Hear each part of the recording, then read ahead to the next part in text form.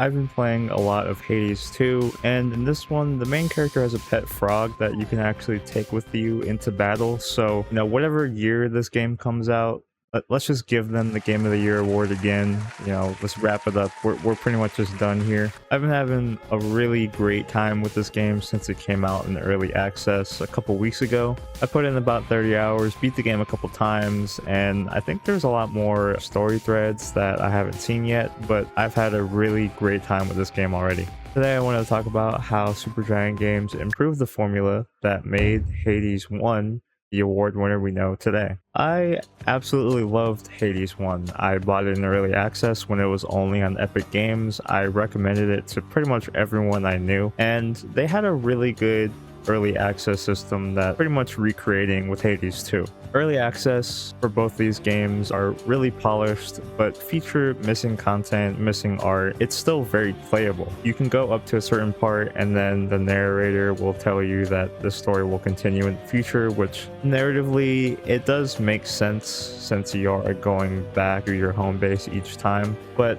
with the few updates that came out over like the year or so for early access, each update was a really good reason to jump back into the game and to see what's new that got added, who got new art, all that kind of stuff. I think it worked out really well for them. Supergiant Games has a reputation for well-made, insanely polished games. Before Hades won multiple Game of the Year awards, they were definitely recognized as a really great indie studio for games like Bastion and Transistor. Hades absolutely knocked it out of the park.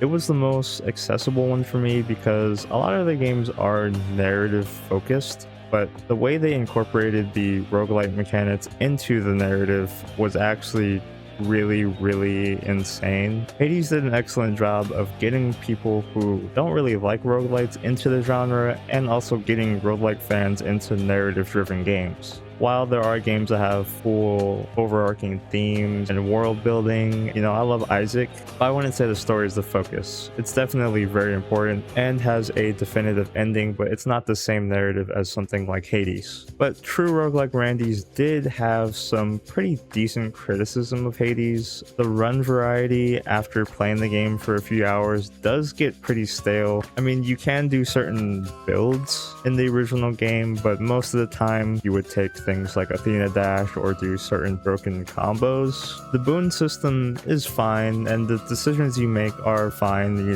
have trade-offs with the Chaos Gates. I will say the replayability of Hades isn't as good as some of my favorite roguelike games. But with this being Supergiant's first sequel under their belt, they actually expanded on this a lot in hadesII. There's a lot more mechanics to influence your run, and there's actually already 2 paths in the game. The optional one isn't fully fleshed out yet, but that was absolutely amazing to me because my favorite roguelikes are Binding of Isaac and Risk of Rain, and the different paths you can take influence your run in different ways and make the game feel different in a whole lot of ways. I think having multiple levels and different overarching paths, different endings, is actually really important. Isaac and Dead Cells do this in really great ways. There's different endings and you have to do different endings in different ways to unlock all the items and shit like that. So I'm really glad that hadesII went in this direction. It really adds a lot more variety to the environments. The original game had this mirror system, which was kind of like a pre-run build you would put together, and they improved this a lot in the sequel with the new Arcana cards. You unlock and upgrade these different cards. You have a grasp limit, which is a limit on how many cards you can take,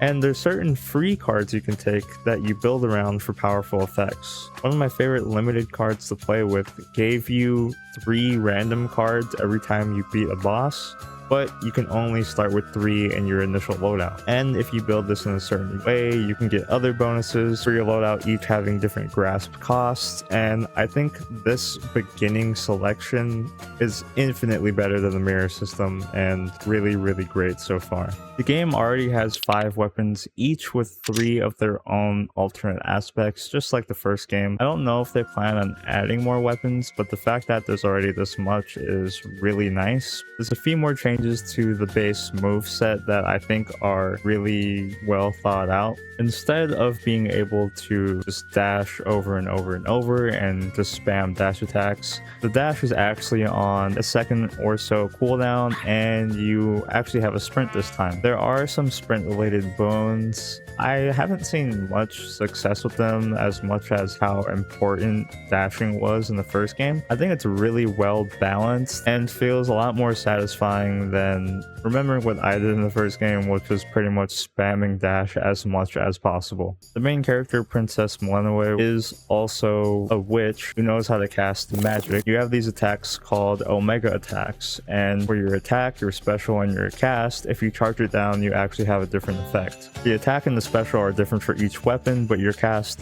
is the same death circle that you place on the ground. Just this base kit alone feels really great, and you know, after blasting this game a bunch, I really want to play hadesI again just to brush up on like some of the story. I think it's going to be really hard to go back to the original gameplay after this. I think they did a really great job of improving the base kit of the main character. In the original game, you had these boons you can get from all the different gods called a call, which was kind of like an ultimate move that you had to build up a gauge to use once you deal a certain amount of damage. They really improved this in the new game by replacing it with a thing called a hex, which you get from the moon incarnate. It's the same thing where it's a gauge built off how much mana you use from your Omega cast and the magic that you do, but there's a certain pool of these ultimate abilities you can use, whether that being a huge Kamehameha style laser move that you can just fucking blast people with, or just a simple reusable heal. What I like about this though in this game is if you find another boon from the moon incarnate, actually a mini skill tree for each of these abilities, and you can build them in different ways, which is really great. I don't know if it was intended, but I guess once you find the moon boon again in a run, it's considered a minor find. I had this one Poseidon boon that had a chance to duplicate minor finds, and in one of my runs I just filled out the whole skill tree and I was just blasting every room with my wolf jump effects. And that's what I really like about hadesII so far. There seems to be a lot more events and choices and different routes you can take compared to the first game.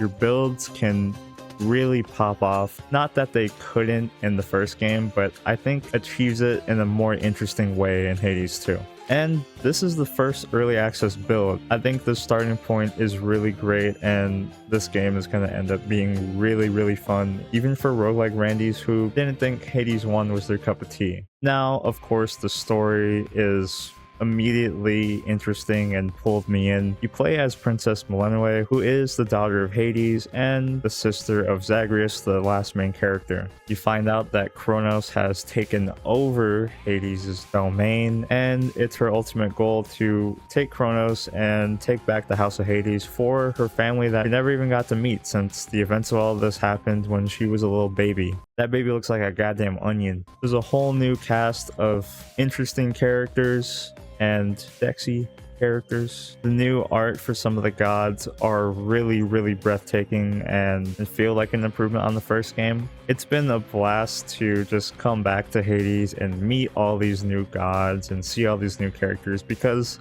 that is my absolute favorite part of hadesI. I love the dialogue. It's crazy because I'm the kind of roguelike gamer who will throw on Binding of Isaac or Dead Cells and watch a video on the side because I have like attention span issues, but with Hades, I have to sit down and just take this game in. I love taking my time, slowly going through each piece of dialogue and all that. It's really, really great. I think this new like magic witch theming with the main character and the headmistress Hecate is really, really cool. Also, her design goes insane. I mean, look at her fucking hat. The hat is so cool. I love her hat. It's the same kind of progression where as you keep playing, you unlock more and more things. You have to concoct different spells in this giant witch pot. That's just pretty fun. There's new things to collect and press X on, like farming, enticing different trades to come back to the crossroads, which is your main home base. And overall, I'm just in love with this game already. I can't wait to just play throughout the different early access builds.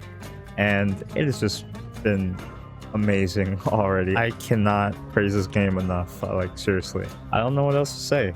Gameplay, good.